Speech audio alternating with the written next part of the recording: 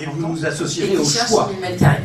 Je l'ai dit, je le redis devant vous, la réponse est oui. On revient sur une question, une brève question. Oui, je suis désolée, ça revient sur un point qu'on a abordé tout à l'heure, la hauteur du bâtiment Lepage. Je vous avais dit tout à l'heure que ça pouvait être aligné à la hauteur des bâtiments qui sont à côté. Or, à côté, vous avez soit des petites maisons, soit un immeuble qui est beaucoup plus haut. Non, non, j'ai dit la hauteur, les gabarits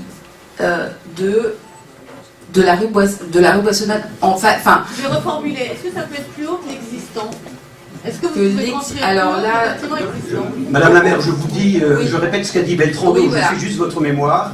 Il a prévu qu'il pouvait y avoir 2 étages de plus. mais En pontification. Pontification. Oui, 2 étages de plus. Exactement, En pontification, qui a été une en demande maintenant de le retrait. Écoutez, Voilà ce qu'a dit en Beltrand. maintenant le retrait dans l'alignement, voilà, dans l'alignement, en maintenant le retrait actuel. Mais néanmoins, 2 étages, Non, mais attendez, 2 étages avec, enfin, franchement, 2 étages avec un travail qui sera fait par l'architecte, et encore une fois, nous devons absolument y travailler ensemble. Donc, On va bientôt arrêter. oui, mais vous savez l'immeuble qui est à l'angle de la rue Boissonnade et du boulevard Raspail? Voilà. Il est très haut. Il est affreux. Ben, alors après, ça c'est pareil, on veut les goûts, les couleurs. Mais en tout cas, on avait présenté à un moment donné les gabarits du futur quartier possible Saint-Vincent-de-Paul par rapport à cet immeuble-là. On était en dessous. Non mais je vous le dis, c'est pour ça que si vous voulez, par rapport à l'existant de la ville telle qu'on la vit aujourd'hui, voilà, et aujourd'hui, je connais très peu de projets d'aménagement, qu'ils soient privés, entièrement privés, qu'ils soient publics, où on achète 3,5 hectares et où on construit, si vous voulez, des maisons. Dans Paris, ça n'existe pas. Enfin, ou alors, trouvez-moi le truc aujourd'hui, mais voilà. Et c'est pas pour ça qu'on va, surdensifier ce quartier-là. Au contraire, nous ne sommes pas du tout dans la capacité de densité que un terrain comme ça pourrait recueillir. Voilà. On va doucement se diriger vers la fin de cette réunion. Encore une ou 2 questions. Ma sœur. Parce que c'est un quartier qui est très proche des universités. Et nous avons énormément de demandes pour des logements d'étudiants. Tout à fait. Est-ce que dans ce projet, il est prévu une part de logements étudiants? Ou pas du tout? C'est en tout cas ce que l'association demande. Oui, je sais. Elle demande ça et l'EHPAD, vous le savez, Madame la maire. Oui, oui, mais j'ai toujours répondu très clairement là aussi et de manière très transparente sur les objectifs. Alors, parce que aujourd'hui dans l'arrondissement, toutes les parties de l'arrondissement sont proches, et c'est très bien, et c'est quelque chose d'important et de positif. On est proche de grands centres universitaires. Vous savez qu'il y a quelques semaines, on a ouvert le nouveau campus de l'école normale supérieure et l'école économique de Paris à Jourdan, voilà, qui peut accueillir maintenant, c'est Ulm 2, hein, et c'est à Porte d'Orléans. Vous avez l'observatoire, puis bien évidemment, on a tout le quartier, puis tout Paris d'ailleurs a une demande importante de logements étudiants. Aujourd'hui, notre priorité en termes de logement, de production de logement sur Saint-Vincent-de-Paul, elle est de ne pas faire de logement étudiant. Aujourd'hui, on a donné comme objectif de faire des logements, parce que il y a les logements de la PHP. Alors, quand je dis les logements de la PHP, c'est pour les personnes qui travaillent à la PHP. Et puis, on est plus orienté sur des logements. Alors, quand je dis familiaux, entendons-nous bien, ça va de même familiaux, ça peut être un T2 jusqu'à des T3 ou T4. On verra. Et ça, c'est quelque chose qu'on va affiner. La répartition aujourd'hui, elle n'est pas fixée. Donc aujourd'hui, on n'est ni sur du logement étudiant en termes d'objectifs. Alors pourquoi je vous dis ça? C'est parce que on construit aujourd'hui plus de 2000 logements étudiants, 2500 d'ailleurs, 2500 logements étudiants supplémentaires dans le 14e arrondissement, et notamment, vous avez une programmation qui est située au métro Saint-Jacques. On commence, il y a 2 projets de résidence universitaire. Donc on est plus, si vous voulez, sur la construction de logements pour les gens qui travaillent et des familles. Voilà. Sur EHPAD. Parce qu'on est, on est déjà sur 2000, donc 2000 logements étudiants supplémentaires qui commencent à être livrés. Aujourd'hui, on est à 500 logements nouveaux dont les étudiants habitent, et ont leurs clés et ont leur chambre, leur résidence universitaire. Ensuite, sur l'EHPAD, on est, là c'est pareil, on ne travaille pas tout seul, en tout cas en termes de perspective et de prospective et en termes de besoins pour les 10 ou les 20 prochaines années. On a plusieurs projets, on a livré un nouvel EHPAD sur le 14e arrondissement sur Brousset il y a maintenant 1 an.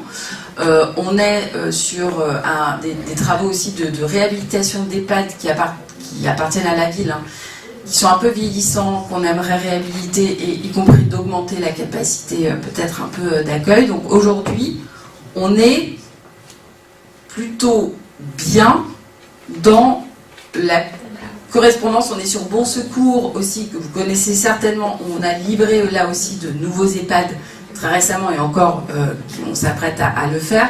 Donc on est plutôt bien. C'est pour ça qu'on a mis l'accent et la priorité quasi exclusive à des logements familiaux ou pour des, en tout cas pas spécifiques, puisque la résidence universitaire. Mais je voulais aussi apporter une petite précision. Quand on parle du pourcentage phénoménal de logements sociaux dans l'arrondissement, aujourd'hui on est à 24-25% de logements sociaux. Dans ces 25% sont comptés l'ensemble des logements étudiants. Je voulais dire, le logement étudiant est une catégorie de logement social. Je voudrais peut-être, pour conclure, revenir là-dessus. Et vous dire, Madame la maire, vous le savez, et je vais vous le redire publiquement,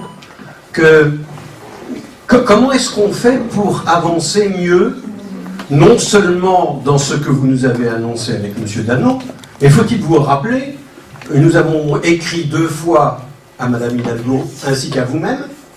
Je crois me souvenir que nous avons, il y a presque 1 mois maintenant, déposé un recours gracieux. Est-ce que nous allons avoir, sur nos questions précises qui sont là, des réponses précises? Ou est-ce qu'il faut qu'on continue à imaginer qu'on doit tout faire pour obtenir satisfaction? Moi, j'ai pas de mots là-dessus. Est-ce que vous nous répondrez? Recours gracieux. Ah ben, le recours gracieux, je crois que vous avez reçu un courrier Un accusé de réception, oui. Bah oui, qui vous dit que... Si vous n'avez pas répondu... Voilà, donc je ne me prononce pas, moi, sur après, sur vous, ce que vous jugerez. Non, mais donc vous ne comptez pas nous répondre? Non, mais attends. Ah non. Écoutez, c'est pas... Si, laisse-moi finir, s'il te plaît. je pense que... Non, mais... Alors déjà, je suis pas... Non, mais vous me répondez que vous ne savez C'est pas Madame Petit qui est... Non, mais elle n'est pas destinataire du recours gracieux. Et c'est pas elle qui fera la réponse. Alors de toute façon, c'est pas une question qu'on peut poser ici c'était pas un ce soir. Nicolas. C'était Nous parlons, nous envoyons des courriers. Oui, voilà. Pour y demander, mais vous le savez. Plus que ça. Ça vous le savez. Pourquoi n'avons-nous pas de réponse? Non, oui. Ça, on l'a demandé 12 fois. On nous a répondu 12 fois qu'on aurait une réponse. On n'a toujours pas de réponse. Donc, c'est pas la peine de s'escrimer à reposer 1000 fois les mêmes questions. Moi, je voudrais vous dire... Éloigne le micro. À moins que vous y répondre, je voudrais vous dire d'abord, vous remercier d'être venu ce soir, à répondre à toutes ces questions. Attendez, non, il faut qu'une réunion sache aussi se terminer. Donc je voudrais vous remercier d'être venu ce soir, d'avoir répondu aux questions, d'avoir entendu sans aucun filtre l'opinion des riverains de cette opération. J'espère que vous allez retenir un certain nombre des remarques qui vous ont été faites. J'espère que vous allez aussi les faire remonter à qui de droit dans le cadre de votre environnement d'élu, de façon que vous puissiez savoir comment nous savons vous reporter les choses, être les représentants des riverains, être sérieux dans le travail. On consulte les documents, on les regarde attentivement, on essaye de suivre les procédures réglementaires qui sont formalisées et normalement formalisées. Donc, ce que je voudrais vous dire simplement, c'est nous souhaitons vraiment être écoutés. sur un certain nombre de sujets. Il est encore temps, j'ai envie de vous dire, il est encore temps de dire, ben voilà, on va faire 450 logements et pas 600. C'est encore le temps de le faire. Dans les opérations comparables que vous nous avez présentées à Berlin et Amsterdam, c'était 2 fois moins de logements et 2 fois plus de surface verte. 2 fois moins dense. C'était donc 2 fois moins dense. Par conséquent, on peut encore. Bah oui, mais la ville est trop dense, Paris est trop dense, justement. C'est une des raisons pour lesquelles il faudrait un petit peu l'aérer. Et c'est ce que nous souhaitons.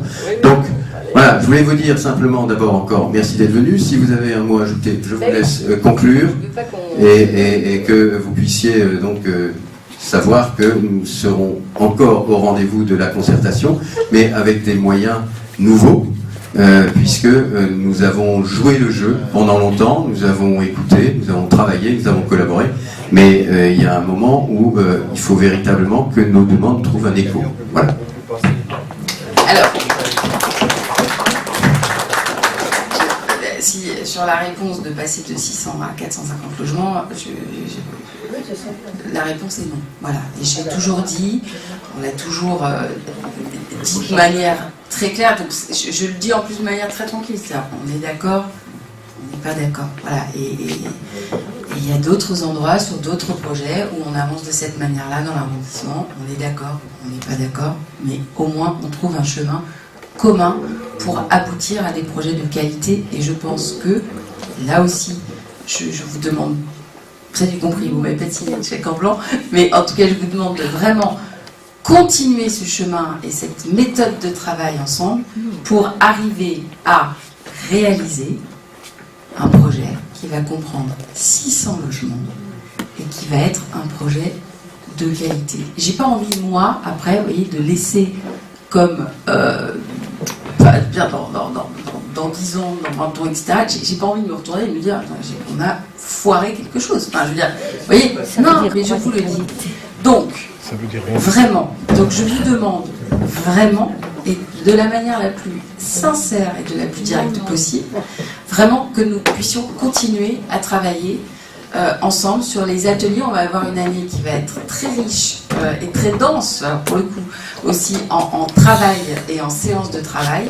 C'est ce que nous devons faire. C'est pour ça que quand j'ai répondu tout de suite positivement à l'invitation de ce soir, entre-temps, bing, un recours gracieux, je dis, c'est pas grave, moi j'y vais parce que de toute façon, peu importe ce que vous choisirez après ce recours gracieux, peu importe, moi je continuerai à travailler avec les habitants de l'arrondissement, les voisins de Saint-Vincent-de-Paul, l'association que vous formez aujourd'hui. Je continuerai à travailler et à être dans venez, discutons et travaillons.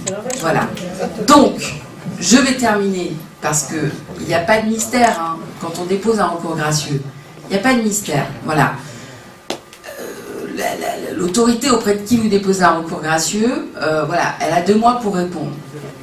Bon, donc elle a 2 mois pour répondre. À l'issue de ces 2 mois, vous avez vous-même 2 mois pour voir si vous faites un contentieux suite à ce recours gracieux. Je ne serai là pas dans le... Enfin, vous êtes libre, voilà, vous êtes libre, comme voilà, nous, on essaye de vous expliquer et de vous expliquer les arguments et les raisons d'un certain nombre d'arbitrages sur lesquels, c'est vrai, aujourd'hui, vous ne partagez pas les objectifs et les visées. Voilà, sur le nombre de logements, sur la densité, sur etc., etc. Voilà, je l'ai dit de manière toujours très tranquille et très transparente. Donc, du coup, à partir de mi-avril, hein, puisque le recours gracieux a été déposé 13 février, donc c'est 4 mois plus tard. Mi-février, là on est mi-mars, à mi-avril, et puis à partir de mi-avril, vous verrez si vous êtes totalement libre, vous êtes une association, voilà, vous êtes des citoyens, et moi aussi, et je suis maire de l'arrondissement, et donc on va avancer comme ça, voilà. Et donc si vous déposez après un recours contentieux, ben vous déposez un recours contentieux, puis on se parlera à la fois d'avocat à avocat, bon ben voilà, parce que c'est comme ça, à un moment donné, quand il y a des recours contentieux, hein, ça passe devant un tribunal, et on le fait sur... d'autres projets, voilà, et puis bah, parfois on arrive à, quand même à trouver un petit chemin commun et des accords et à aboutir à des projets de qualité, parce que, et puis sinon, on parlera d'avocat à avocat, et puis sinon, on continuera à parler peut-être d'associations d'habitants du quartier auxquelles je suis très attachée, à mairie, voilà, élus, maires, les adjoints, sur des sujets. Et, ce sera et pas ou. Ah mais c'est vous qui choisirez, moi ma porte elle reste ouverte, vous avez mon numéro de téléphone, vous savez comment faire pour m'inviter, vous savez même comment faire pour me convoquer et à répondre à toutes vos questions pendant des heures, et je serai toujours là. Voilà, donc il n'y a pas de souci là-dessus. Et puis on continuera à se parler aussi quand je croise certaines d'entre vous dans les rues de l'arrondissement, et puis voilà. Et ça va, je pense, très bien se passer et se terminer. Voilà. Merci Madame la maire. Puissions-nous partager votre optimisme. Merci à toutes et à tous d'être venus ce soir et à bientôt.